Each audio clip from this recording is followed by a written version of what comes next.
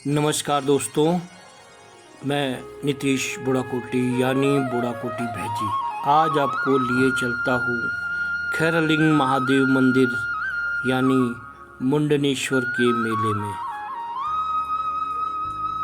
उत्तराखंड के पौड़ी गढ़वाल के असवालसियों पट्टी में स्थित खैरलिंग महादेव का मंदिर बहुत प्राचीन है। यहाँ पर मुंडनेश्वर का मेला भी लगता है। सुंदर खूबसूरत रास्तों से होते हुए आप यहाँ इस मंदिर तक जा सकते हैं। दोनों तरफ हरियाली, खूबसूरत पेड़, शांत मार्ग से होते हुए आप सतपुली के रास्ते से होते हुए यहाँ जा सकते हैं, या पौड़ी के रास्ते भी आप इधर आ सकते हैं।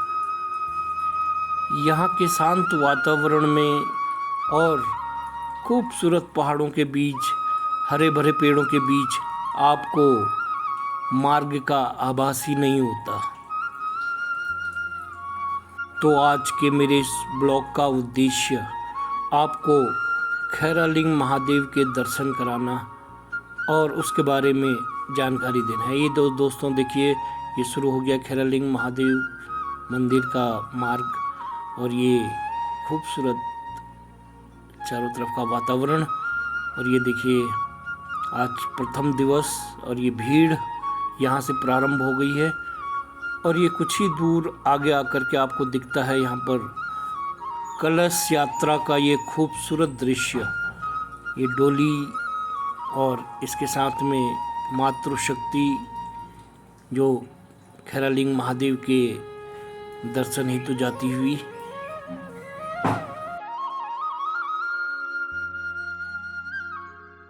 दोस्तों, मैं बहुत जब छोटा था तो यहाँ इस मेले में गया था। उस समय यहाँ पर बलि प्रथा का भी प्रचलन था, जो कि धीरे धीरे सामाजिक संगठनों द्वारा बंद कर दिया गया। और आज यहाँ पर बलि प्रथा समाप्त कर दी गई है। समय समय पर इस तरह के मेलों का आयोजन उत्तराखंड में विभिन्न स्थानों पर किया जाता है, ताकि प्रवासी उत्तराखंडी किसी न किसी रूप में अपनी मातृभूमि से जुड़े रहें। और इस मेले के अवसर पर यहाँ पर दूर दूर के लोग और प्रवासी उत्तराखंडी जो विभिन्न कारणों से शहरों में या विदेशों में बस गए हैं, उनको अपनी मातृभूमि से जोड़े रखना इन मेलों का मुख्य उद्देश्य होता है। मैं जब कभी छोटे में यहाँ गया था दोस्तों, तो यहाँ पर इतनी सुविधाएं उपलब्ध नहीं थी। सड़क मार्ग में यदा कदा ही कोई गाड़ियाँ जाती थी, तो हमें पैदल ही भीटी के रास्ते होते हुए यहाँ इस मंदिर तक आना होता था। और ये देखिए, ये खूबसूरत मेला और भीड़, और ये खैरलिंग महादेव का मंदिर, और ये सुंदर दृश्य चारों तरफ का पूरा सजा हुआ बाजार, जहाँ पर विभिन्न प्रकार के खाने पीने के व्यंजन, बच्चों के खेलने के सामान। और ये देखिए, ताकि बच्चे भी अगर शहर से आएँ तो यहाँ पर किसी तरह का अपने आप को बोर महसूस ना करें, तो उनके लिए तरह तरह के खेलने के यहाँ पर साधन उपलब्ध होते हैं, ताकि बच्चे भी यहाँ आने को हर वर्ष उत्सुक रहें और उन्हें ऐसा ना लगे कि हम अगर वहाँ जा रहे हैं तो हमें किसी तरह की बोरियत हो, ताकि वो भी आगामी समय पर किसी न किसी रूप में यहाँ से जुड़े रहें। तो देखिए, तरह तरह के बच्चों के खेलने के उपकरण, जैसे चरखियाँ, कोलंबस या अन्य तरह की सामग्रियाँ यहाँ पर बच्चों को बांधे रखने के लिए उपलब्ध रहती हैं, जिसका कि बच्चे भरपूर आनंद उठाते हैं। और भविष्य में भी यहाँ आने के लिए अपने जो माता पिता हैं उनको कहते हैं कि हमें इस बार फिर उस मेले में ले जाओ, ताकि वो भी अपनी आगे आने वाली पीढ़ियों को पहाड़ से जोड़े रखें। देखिए कितने उत्सुक हैं बच्चे, कैसे खेल रहे हैं और पूर्ण आनंद मेले का उठा रहे हैं। खैरालिंग महादेव के मंदिर और उससे जुड़े मेले के बारे में जानकारी देने हेतु मैंने ये ब्लॉग बनाया है दोस्तों। इस वीडियो को लाइक, शेयर और सब्सक्राइब करें दोस्तों, ताकि अन्य लोगों तक भी हमारे इन संस्कृति के बारे में, हमारे इन मेलों के बारे में जानकारी पहुंच सके और वो भी अगली दफ़ा यहाँ पर आने के लिए उत्सुक हों।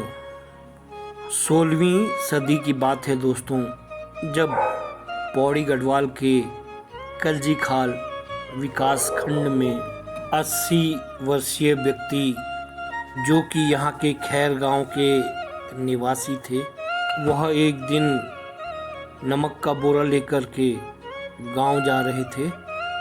तब वह यहाँ के तकनौली क्षेत्र में शौच करने हेतु कुछ देर के लिए रुके। तो उन्होंने जो नमक का बोरा अपने कांधे में उठा रखा था उसे एक किनारे रख दिया और शौच करने के पश्चात जब वह वापस आए और उन्होंने नमक के बोरे को उठाने का प्रयास किया तो वह बहुत भारी हो गया था। आश्चर्य की बात कि वह बोरा जब वो लेकर आए थे तब वह बहुत हल्का था और शौच जैसी उन्होंने करने के पश्चात उस बोरे को उठाया तो वह बहुत भारी हो गया था, क्योंकि शौच करने के पश्चात वह अपवित्र हो गए थे और उसके बाद वह उस बोरे को उठा नहीं पाए। तब उन्होंने सोचा कि इसे थोड़ा सा हल्का किया जाए, लेकिन वह इसमें असमर्थ रहे। तब उन्होंने वहाँ के ग्रामीणों की मदद से उस बोरे को जब खाली किया तो उसमें से एक लिंग निकला, जिसे निकालने में सभी को भारी थकान लग गई थी। अगर आप गढ़वाल से जुड़े हैं तो आपको मालूम होगा कि हमारी पहाड़ी भाषा में थकने को खैर कहते हैं, जैसे खैर आ गई यानी थक लग गई। इसी वजह से इसे खैरालिंग का नाम दिया गया। तत्पश्चात जो वहाँ 84 गांव के थोकदार थे, उनके सपने में माँ काली ने दर्शन दिए और उन्हें वहाँ मंदिर स्थापना के लिए कहा। तब माँ काली ने प्रसन्न होकर उन्हें आशीर्वाद दिया था कि मेरे स्थान से लेकर पश्चिम दिशा की ओर दूर दूर तक, जहाँ तक तेरी नज़र पड़ेगी वहाँ तक तेरी राज्य वृद्धि होगी। बाद में ऐसा ही हुआ। पूर्व में दोस्तों यहाँ बलि प्रथा का भी प्रचलन था, लेकिन 2010 में वह बंद कर दिया गया। यहाँ पर माँ काली की मूर्ति भी स्थापित की गई। यह मंदिर सन 1795 में स्थापित किया गया था। तब से यहाँ हर वर्ष 2 दिवसीय मेले का आयोजन किया जाता है, जिसमें असवाल जाति के और थैरवाल जाति के लोग ध्वज पताकाएं लाते हैं। दोस्तों, यह भी कहा जाता है कि जिस पर्वत चोटी पर खैरालिंग महादेव का मंदिर है वह मुंड यानी सिर के आकार का उभरा हुआ है। इसी आधार पर इसे मुंडेश्वर भी कहा जाता है। दोस्तों, तमाम तरह की भीड़ देख करके आप अंदाज़ा लगा ही रहे होंगे कि यह मेला यहाँ पर कितना प्रसिद्ध है। और ये भीड़, जो ये लाइन लगी है मंदिर दर्शन के लिए, महादेव दर्शन के लिए, इससे आप लगा रहे हो कि भक्तों में इस मंदिर के प्रति कितनी आस्था है। और ये देखिए, जगह जगह पर सभी तरह के स्टॉल यहाँ पर हैं और ये मंदिर जय हो खैरालिंग महादेव की। और ये देखिए दोस्तों, यहाँ पर तमाम तरह के खाने के सामान, आइसक्रीम, कुल्फ़ियाँ और जलेबियाँ और तमाम तरह के फल फ्रूट भी यहाँ पर उपलब्ध हैं। और ये खूबसूरत मंदिर महादेव जी का, और ये भीड़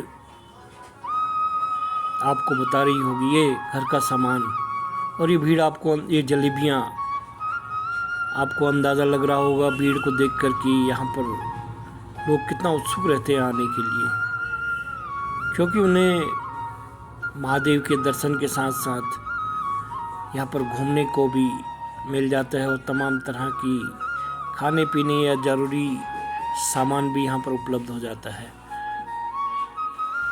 ये देखिए दोस्तों, कितना खूबसूरत वातावरण, कितने सारे लोग दूर दूर के प्रवासी उत्तराखंडी यहाँ पर महादेव के दर्शन हेतु आते हैं।